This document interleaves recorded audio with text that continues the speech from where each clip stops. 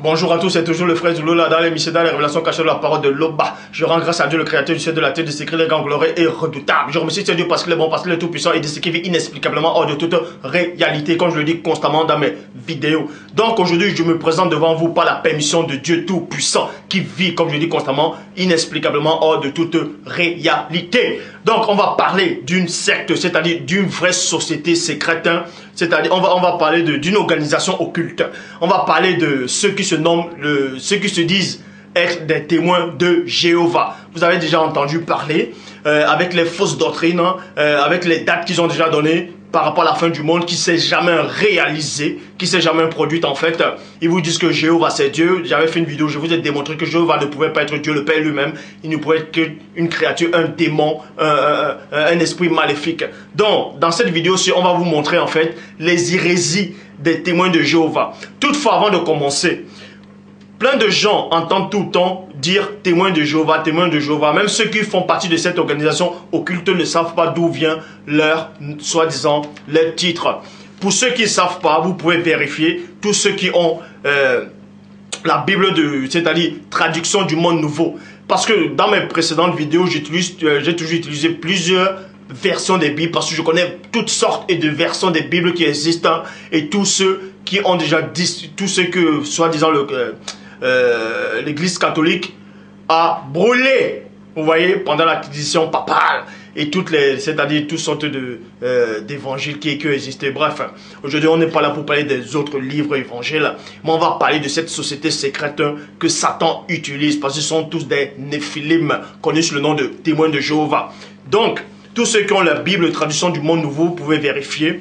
Vous allez dans Ésaïe 43, mais c'est écrit Isaïe 43, verset 10, qui dit « Vous êtes mes témoins, c'est là ce que déclare Jéhovah, Donc, eux, ils ont pris, en fait, ce verset-là, ils se sont appropriés de ce verset-là, ils ont dit, en fait, que c'est eux, les témoins de Jéhovah, que c'est eux dont, soi-disant, le Dieu parlait ainsi. Mais, dans Ésaïe 43, verset 10, dans les bonnes versions, il n'est pas question de Jéhovah. En fait, c'est le Père Tout-Puissant qui parlait par l'intermédiaire de son esprit. Parce que comme je l'ai démontré, Dieu ne parle directement à aucune personne.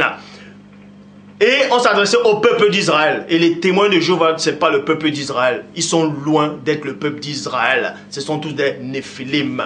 Donc, vous savez que les témoins de Jéhovah apportent toutes sortes de formes de doctrine. Plein de gens les chassent, plein de gens peut-être les ont dû les frapper quand ils veulent sonner chez vous, quand ils vous présentent les tours de garde, les réveillez-vous. D'autres gens disent que, comme je dis, que c'est une grande secte hein, et qu'ils apportent la fausse doctrine. Mais il faut le dire avec des preuves. C'est pour ça que le Père Tout-Puissant permet que je vienne aujourd'hui pour le dire, mais avec des preuves. Et là, durant l'enseignement, je vais utiliser une seule version des Bibles. Une seule version. Je vais utiliser uniquement la version de témoins de Jéhovah, c'est-à-dire traduction du monde nouveau. Donc, l'enseignement va être percutant. Parce que vous savez que les témoins, ceux qui se disent témoins de Jéhovah, disent, premièrement, la première hérésie, c'est quoi? Ils vous disent en fait que personne ne peut être conscient dans le séjour des morts. Vous voyez que quand vous mourrez, vous n'êtes plus conscient, il n'y a plus rien dans le séjour des morts. Parce qu'ils prennent soi-disant la version, ils prennent le livre d'Ecclésiaste 9 hein, pour expliquer cela. Mais dans les propres Bibles, on va vous démontrer qu'ils n'ont rien compris aux Écritures. Parce que l'Écriture ne parle pas d'eux. L'Écriture n'est pas pour eux. C'est pour ça qu'ils vont venir, Satan va les utiliser pour induire les gens dans l'erreur. Et deuxièmement, ils vous disent en fait, en parlant de l'âme, ils vous disent que l'âme c'est le corps physique. Ils vous disent que l'âme c'est le corps physique. On va donc démontrer durant l'enseignement, toujours dans les propres Bibles, c'est-à-dire traduction du monde nouveau, que l'âme n'est pas le corps physique. Pour ça, je vous exalte. Vous savez qu'il est dit dans Proverbe 19.2 que le manque de science n'est bon pour personne. Or, ceux qui se disent témoins de Jéhovah n'ont pas la science. Vous voyez, ils n'ont pas de connaissance. Ce sont tous des embryons spirituels. Et ce sont tous des néphilim. Ils font un ravage occulte dans le monde. Ils vont en Afrique, ils vont convertir ces pauvres noirs. Ces pauvres noirs qui ont été déracinés pour accepter ce Jéhovah, ce démon, cet esprit, c'est-à-dire cette entité occulte. Je le dis encore et je répète et je pèse mes mots. Je ferai encore une vidéo, si Dieu le veut, où je vais démontrer par l'Esprit du Père, bien entendu, comment Christ lui-même vous dit que Jéhovah, c'est un être diabolique. Bref, comme je dis, dans Proverbe 19.2, le manque de science n'est bon pour personne. Et dans Proverbe 25.2, la gloire de Dieu est de cacher des choses et la gloire des rois est de sonder des choses. Néanmoins, il est dit dans Deutéronome 29.29 que les choses cachées sont au Père, les choses révélées sont à vous, sont aux créatures, sont aux humains. Mais ce Dieu terrible et redoutable, dit par son Esprit Saint, c'est-à-dire le monde dit Maloba, que les apôtres authentiques ont reçu dans Jean 22, dans Jérémie 33.3, demande-moi et je te relèverai des choses cachées, des choses que tu ne sais pas. Donc, je m'adresse à tous ceux qui se disent témoins de Jéhovah, de bien regarder cette vidéo et de vérifier comme les chrétiens de Béret, quand Paul de Tarse parlait, il vérifiait durant les Écritures. Vous allez vérifier dans vos propres Bibles, dans votre traduction du monde nouveau, et vous verrez que vous êtes complètement dans l'erreur et que Dieu ne vous connaît pas. Dieu ne vous a pas envoyé, vous êtes tous des néphilim. Pour ça, et à tous ceux-là aussi qui savent que les témoins de Jéhovah, c'est une secte dangereuse, je vous exhorte aussi de vérifier et de partager cette vidéo-ci de tous ceux que vous connaissez, c'est-à-dire être témoin de Jéhovah dans vos familles, dans vos amis. Distribuez cette vidéo-ci, montrez cette vidéo-ci, montrez-leur qu'ils sont réellement dans l'erreur. Pour ça, je commence dans 1 Thessaloniciens chapitre 4 au verset 16, dans la traduction du monde nouveau. Ils vous disent en fait que Christ, c'est l'archange Michel, qui a un seul archange. Pour eux, quand vous lisez les tours de garde, vous lisez, réveillez-vous, en fait, vous lisez les faux livres là, qui n'ont pas de sens. Ils vous disent en fait que l'archange Michel, c'est Christ lui-même, parce que pour eux, il n'y a qu'un seul archange. Or, à l'époque, ils disaient en fait que Christ n'était pas le Fils de Dieu, mais que Christ était le premier ange. Maintenant, ils ont changé. Ils acceptent néanmoins maintenant que Christ est le Fils de Dieu, mais ils disent néanmoins que c'est le premier ange créé. Bref, on va donc voir durant l'enseignement dans les propres traductions, dans la 1 Thessaloniciens chapitre 4 au verset 16 qui dit « Parce que le Seigneur lui-même descendra du ciel avec un cri de commandement, virgule, avec la voix d'archange, avec la voix d'archange, et avec la trompette de Dieu, virgule, et ceux qui sont morts en union avec Christ ressusciteront d'abord. Point. Je m'arrête dans ce point et j'entre dans les profondeurs du point. Vous voyez. D'abord, ils ont essayé de trafiquer 1 Thessaloniciens chapitre 4 au verset 16, en faisant croire que Christ, en fait, c'est Christ qui va crier ainsi, avec la voix d'archange. Vous voyez, ils disent la voix d'archange. Pour vous, témoins de Jéhovah, qui ne savaient pas lire, ou bien qui ne connaissaient pas le français, je vous exhorte de retourner à l'école, ou d'aller apprendre à lire, parce que quand on dit à la voix, vous voyez, je vais relire pour ceux qui n'ont pas compris, en fait. 1 Thessaloniciens chapitre 4, verset 16, traduction du monde nouveau. Parce que le Seigneur lui-même descendra du ciel avec un cri de commandement, virgule, avec la voix d'archange. Quand on dit la voix d'archange, ça veut dire qu'il y a plusieurs archanges. Si vous ne comprenez pas le français, quand on dit la voix d'archange, ça veut dire qu'il y a plusieurs archanges. Et déjà, même dans votre propre version, ne dites pas que c'est Christ qui est l'archange. On va vous donner un autre livre qui va démontrer cela. Dans Daniel, chapitre 10, au verset 13, il est dit, « Mais le prince du royaume de Perse s'est tenu là, en opposition avec moi pendant 21 jours, virgule, et, virgule, voix, 2 points, Michel, c'est-à-dire l'archange Michel, virgule, remarquez que Michel, virgule, un des principaux princes, vous voyez, un des principaux princes, on vous apprend ici là, qu'il y a plusieurs archanges, il y a plusieurs comme Michel. Or, la fausse doctrine des témoins de Jéhovah, il vient vous dire en fait qu'il n'y a qu'un seul archange, donc qu'il n'y a qu'un seul chef, c'est-à-dire archange qui veut dire le chef des anges. Vous voyez, vous tapez définition archange, on va vous dire, d'autres vont dire que c'est le chef des anges, c'est ça archange. Donc pour eux, le chef des anges ne peut être que Christ, vous voyez. Or, quand vous lisez l'Apocalypse, chapitre 12 au verset 7, à 9, il est dit quoi? Il y eut dans le ciel Michel et ses anges combattus contre le dragon, et le dragon et ses anges combattus, mais ne furent pas les plus forts, et les plans de feu furent trouvés dans le ciel, il fut précipité, le grand dragon, le serpent, ancien qui est le diable et Satan. Bon, si j'ai vite parlé, je vais relire tout doucement, je vais répéter tout doucement, Apocalypse chapitre 12 au verset 7. Apocalypse chapitre 12, verset 7 à 9. Il y eut guerre dans le ciel, Michel et ses anges. En fait, quand on dit Michel, c'est l'archange Michel et ses anges, on vous dit que oui, s'il a ses anges, ça veut dire que c'est lui le chef. On vous dit aussi quoi? À lutter contre Satan et ses anges. Donc Satan aussi c'est un archange, puisque Satan aussi avait les anges à son service. On va aussi dire que Satan c'est un ange. Plutôt que Satan c'est un archange. Satan n'est pas un archange. Satan c'est un ancien jadis chérubin. C'est un chérubin jadis oint. Bref, on n'est pas là pour parler du chérubin jadis oint. On va parler de cette doctrine des témoins de Jéhovah. Dans la dernière chapitre 10 au verset 13, il est dit quoi? Mais le prince du royaume de Perse est venu, s'est tenu là en opposition avec moi pendant 21 jours. Et, virgule, voix, 2 points, Michael, virgule, un des principaux princes. C'est-à-dire qu'il y a plusieurs archanges. Il y a plusieurs archanges. Donc, Christ n'est pas l'archange. Donc, quand vous venez enseigner, quand vous voulez expliquer aux gens que Christ est le seul archange, qu'il n'y a qu'un seul archange, votre propre version dans la traduction du monde nouveau vient de vous contredire. Donc, c'est la première hérésie, la première fausse doctrine qu'on vient de corriger d'abord. Donc, deuxième fausse doctrine, ils vous parlent de l'âme, ils vous disent que l'âme c'est le corps, que l'âme c'est le corps physique. Pour ceux qui ont déjà accepté les faux témoins de Jéhovah, c'est-à-dire les témoins de Jéhovah chez eux, ils vous ont déjà dit que l'âme c'est le corps, qu'il n'y a pas l'âme, l'esprit et le corps, c'est-à-dire 3 êtres, il y a juste l'âme qui est le corps et l'esprit. Et on va vous démontrer le contraire dans les propres versions, traduction du monde nouveau. Il se base sur ça dans Genèse chapitre 2 au verset 7 qui dit: et Jéhovah, Dieu, forma alors l'homme avec la poussière tirée du sol et il souffla dans ses narines le souffle de vie, virgule, et l'homme devint une âme. Et l'homme devint une âme vivante. Je vous dis encore à tous ceux qui se disent témoins de Jéhovah, si vous ne savez pas lire le français, vous retournez à l'école. Si vous ne savez pas lire, je vais vous expliquer comment on lit le français en fait. Vous voyez, je vais vous expliquer comment on lit. Bon, je répète dans votre propre version. Dans la traduction du monde nouveau, dans Genèse 2, 7, il est dit ceci. Et Jéhovah Dieu forma alors l'homme. L'homme c'est quoi? Un homme c'est quoi? Quand on dit homme, on pense à un être physique. On pense à la chair. On pense à ça. À un homme qui est fait d'os, de sang et de chair. Vous voyez? Bon.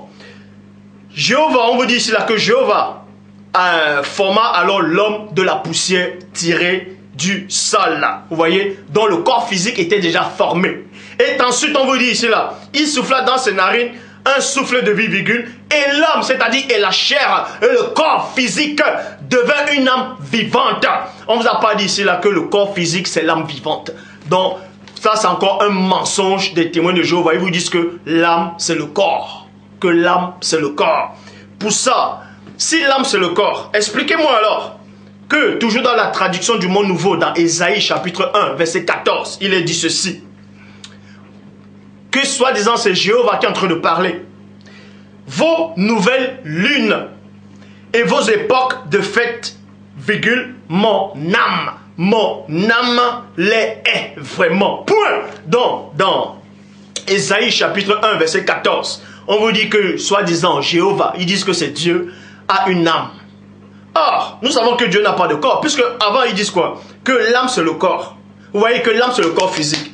Et ils vous disent dans Ésaïe 1, 14, que Jéhovah a une âme, que soi-disant Dieu a une âme. Bon, montrez-moi alors une seule version de Bible, montrez-moi un passage biblique où il a dit que Dieu a un corps. Je vais encore prendre un autre passage biblique dans les propres versions pour démontrer le contraire de les fausses hérésies, de les fausses doctrines. Dans Nombre 23, 19, dans la traduction du monde nouveau, toujours. Dieu n'est pas un homme. Dieu n'est pas un homme pour qu'il mente, virgule, ni un fils des humains pour qu'il regrette. Point. Donc on vous dit ici là dans Nombre 23, 19 que Dieu n'est point un homme. Dieu n'est point un homme. Donc pour eux, si l'âme c'est le corps, comment se fait-il que dans les propres versets ils disent encore, ils se contredisent encore eux-mêmes dans les propres Bibles, dans Ésaïe 1,14 que Dieu a une âme. Donc s'ils disent que Dieu a une âme, c'est que Dieu a un corps physique, puisque pour eux, l'âme c'est le corps physique. Puisque pour eux, l'âme c'est le corps physique.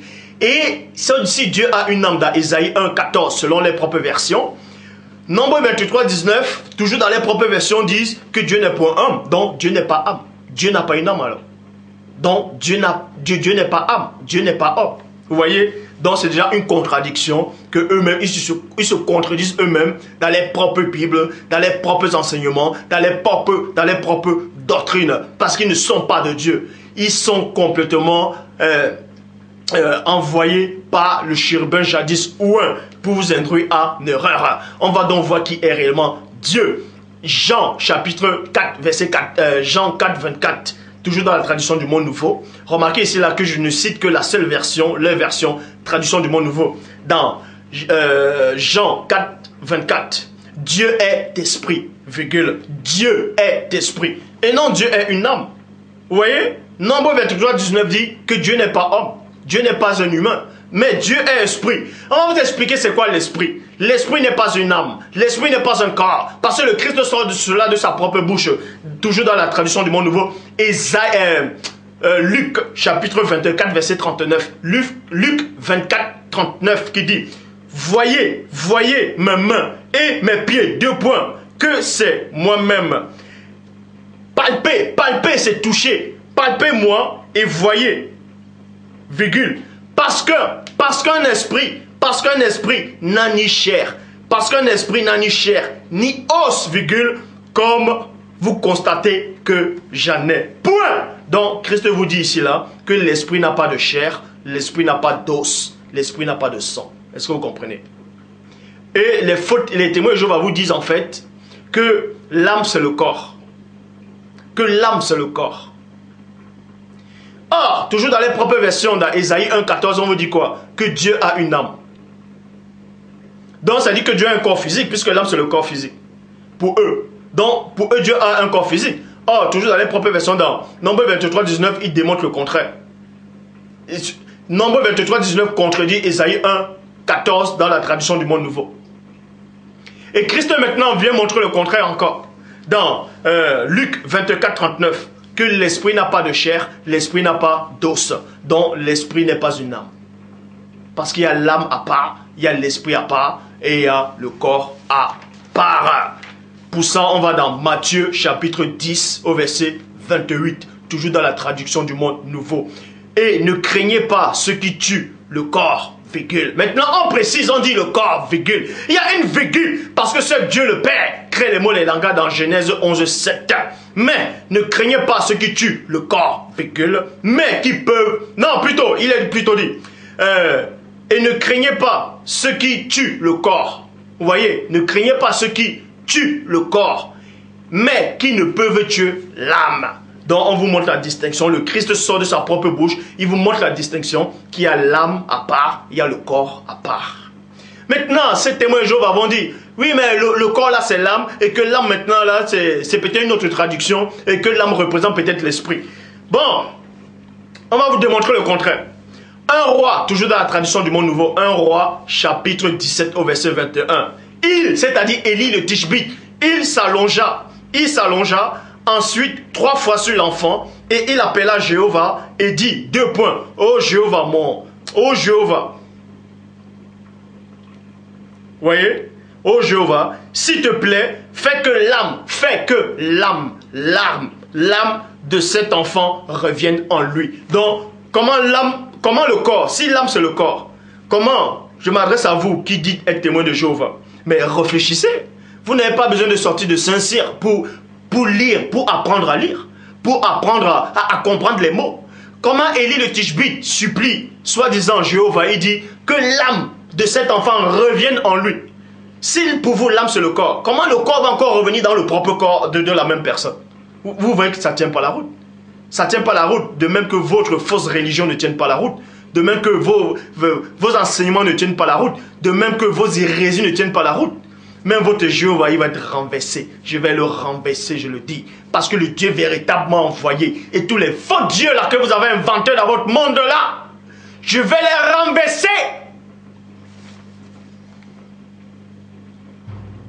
Et ensuite, dans Actes des Apôtres, chapitre 20, au verset 10, toujours dans la traduction du Monde Nouveau, mais Paul est descendu, virgule, s'est jeté sur lui, et il a pris dans ses bras et a dit, 2 points, cessez de pousser des cris, virgule, car son âme car son âme et non son esprit. Car son âme est en lui.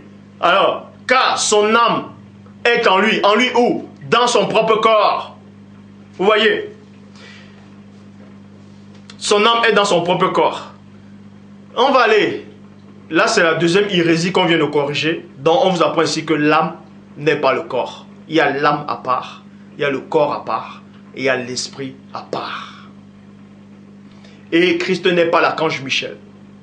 Parce que pour eux, le chef des anges, celui qui est le chef des anges, c'est un archange. Mais Dieu est le chef de tout.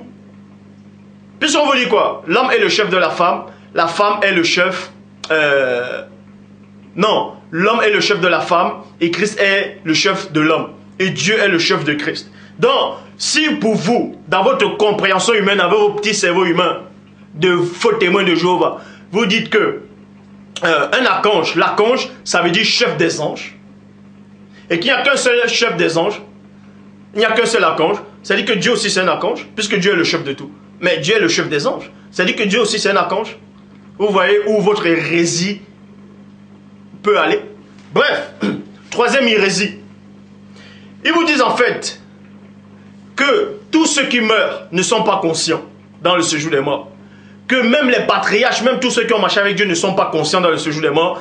Pour ça, ils vont dans Ecclésiaste chapitre 9 au verset 5 à 6 qui dit: en effet, les vivants savent qu'ils mourront, mais les morts, eux, ne savent rien. Et ils n'ont plus de salaire, car leur souvenir est bel et bien oublié. Point. De plus, leur amour, leur haine et leur jalousie ont déjà péri. Et ils n'ont plus, pour des temps indéfinis, de pas à quoi que ce soit qui doit se faire sous le soleil. Dans le verset 10, je vous donne ce verset-là cadeau. Dans le verset 10, il est dit ceci: tout ce que ta main trouve à faire, fais-le avec ta force, car il n'y a ni œuvre, ni plan, ni connaissance, ni sagesse dans le Sheol. Le Sheol, c'est le séjour des morts. Dans le Sheol, le lieu où tu vas. Point. Donc, ils lisent ici, là. Ils disent, vous voyez, parce que c'est écrit dans Ecclésiaste comme ça, ça veut dire que tous les morts, tous ceux qui sont morts là depuis Abel jusqu'à présent, ils sont tous dans le séjour des morts, dans le Sheol, donc ils ne sont pas conscients là-bas. Puisque dans le séjour des morts, on n'est pas conscient, on n'a pas la sagesse, il n'y a plus de souvenirs, il n'y a plus d'envie, donc les mémoires est oubliée. Parce qu'ils n'ont pas la révélation. Ils n'ont pas la révélation parce qu'ils ne sont pas de Dieu. La révélation, c'est quoi? C'est qu'il y a ceux qui sont morts, vous voyez? Parce que Dieu n'est pas le Dieu des morts, mais des vivants. Tous ceux qui appartiennent à Dieu depuis Abel jusqu'à présent, quand ils sont quittés ce monde, c'est-à-dire quand ils sont morts physiquement, leur âme est allée dans un séjour des morts, mais conscient. Je vous le dis, c'est écrit. Et eux-mêmes, dans leur propre Bible, ils écrivent, mais ils se contredisent encore dans leurs propres enseignements. Apocalypse chapitre 6 au verset 9. Et quand il ouvrit le 5e sceau, j'ai vu sous l'autel les âmes et non les esprits. Mais les âmes et non les corps. On vous a montré que l'âme ce n'est pas un corps et l'âme ce n'est pas un esprit. Parce que même dans les propres Bibles, ils le disent dans 1 Thessaloniciens 5, 23. Que le Dieu de paix vous sanctifie lui-même tout entier et que tout votre être, l'esprit, l'âme et le corps soient conservés irrépréhensibles. L'esprit, l'âme et le corps. Donc, pour ça, on va continuer l'enseignement. Je vais toujours dans Apocalypse, il est dit, Apocalypse chapitre 6 au verset 9, et quand il ouvrit le 5e sceau, je vis sur l'autel les âmes de ceux qui avaient été tués à cause de la parole de Dieu et à cause de l'œuvre de témoignage qu'ils possédaient. Donc, comme Christ a démontré dans Matthieu chapitre 10 au verset 28, ne craignez pas ce qui peut tuer le corps, mais qui ne peut tuer l'âme. Donc, ceux-là qui étaient dans cet hôtel-là, dans cet endroit-là, en fait, c'était les gens qui marchaient avec Dieu sur la terre. On les a tués à cause du témoignage qu'ils avaient rendu.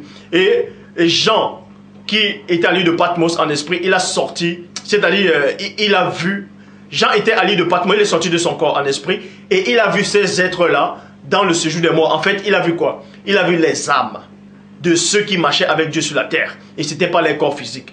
Donc, ils étaient conscients. Jean témoigne parce que Jean avait le Saint-Esprit. Il a reçu le Saint-Esprit dans Jean 20, 22. Et ensuite, dans Actes des Apôtres chapitre 2 au verset 4, il a reçu le baptême du Saint-Esprit. Donc, Jean, tout ce qu'il disait, c'était la vérité. Et Jean a rendu sur le témoignage, son témoignage était vrai. Donc, il a dit qu'il a vu les âmes des gens dans un autre endroit, c'est-à-dire dans le séjour des morts. C'était le séjour des morts. Cet hôtel-là, c'est un temple, c'était le séjour des morts où se trouvent les saints. Et ils étaient conscients, contrairement à la fausse doctrine des témoins de Jéhovah, ils étaient conscients là-bas. C'est ça qu'il dit dans le verset 10 d'Apocalypse 6. Et ils crièrent d'une voix forte, disant, jusqu'à quand, souverain Seigneur, saint et véritable, te retiens-tu de juger et de venger notre sang sur ceux qui habitent la terre? Vous voyez, ils sont conscients, contrairement à Ecclésiaste 9, 6. Ecclésiaste 9, 6 parle des gens, des pécheurs, des gens qui ne connaissent pas Dieu. Eux là, quand ils meurent, ils ne sont plus conscients. C'est ces morts-là dont Ecclésiaste 9, 6 explique. Eux là, tous les pécheurs ne sont plus conscients. Même David le dit dans Psaume 6, 6. Qui te louera dans le séjour des morts? Dans le séjour des morts, on n'a plus ton souvenir. On n'a plus ton souvenir. Vous voyez? Donc, ceux qui ne connaissent pas Dieu ne sont plus conscients quand ils meurent. Ils n'ont plus de souvenir. C'est fini. Oh, tandis que ceux qui marchent avec Dieu, ceux qui connaissent le vrai Christ, eux, quand ils meurent, ils seront conscients de l'autre côté. La parole le déclare. La parole dit, quand Lazare est mort, Christ a dit quoi? Lazare n'est pas mort, il dort. Bref. Donc, Jean vous dit ici, là, qu'il a vu les âmes de ces gens-là, ils étaient conscients. Et vous pouvez aussi lire dans Genèse chapitre 4, au verset 10. Genèse 4, 10, où on dit quoi? Qu'as-tu fait? La voix du sang de ton frère crie de la terre jusqu'à moi. Et le sang symbolise, c'est-à-dire dans Lévitique, on compare le sang avec l'âme. Bon, Abel aussi était conscient de l'autre côté. Vous voyez? Maintenant, quatrième hérésie des témoins de Jéhovah.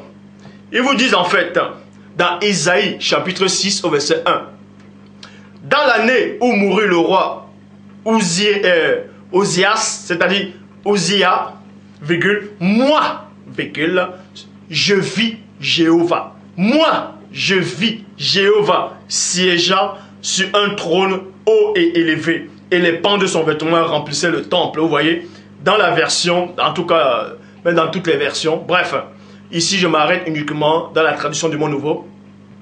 Ils vous disent en fait que Ésaïe a vu Dieu. Vous voyez, qu'ils disent que Ésaïe a vu Jéhovah. Or, Christ qui est mieux placé que quiconque dit dans Jean chapitre 1, verset 18 dans la traduction du Monde Nouveau toujours.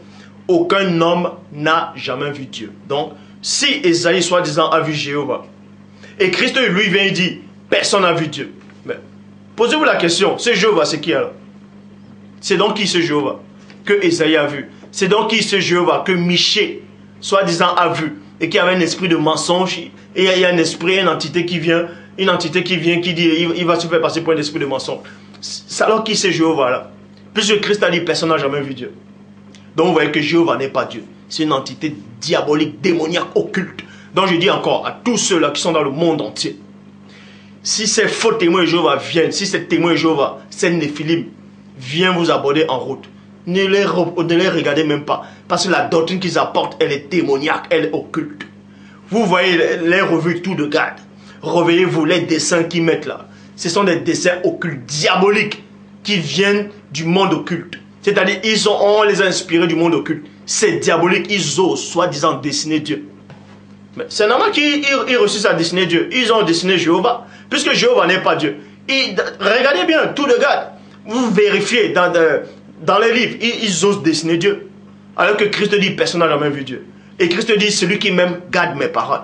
Donc, ils ne peuvent pas garder les paroles de Christ parce qu'ils ne connaissent pas le vrai Christ. Parce que s'ils connaissaient le vrai Christ, ils n'allaient pas dessiner soi-disant Dieu. Puisque en dessinant Dieu, ils disent qu'ils ont vu Dieu. Puisqu'ils lui donnent une image. Et on sait que dans Nombre 23, 19, Dieu n'est point homme. Vous voyez que les témoins de Jéhovah, c'est une secte diabolique, dangereuse. Donc, l'âme n'est pas le corps. Il y a des gens qui meurent, ils sont conscients dans le séjour des morts. Ceux qui sont conscients, c'est uniquement ceux qui marchent avec le Dieu véritable. Et ceux qui ont connu la véritable parole. Eux, ils sont conscients. Parce que vous lisez, vous ne comprenez pas les Écritures. témoins de Jéhovah, n'importe quoi. Ils n'ont aucune connaissance. Ils viennent enseigner des hérésies, ils viennent traduire des Bibles, n'importe quoi. Donc, le Père vient encore de se glorifier. Vous voyez, cette vidéo n'a pas duré juste 30 minutes pour confondre ces sectaires de témoins de Jéhovah et pour confondre les faux dieux Jéhovah que je vais écraser.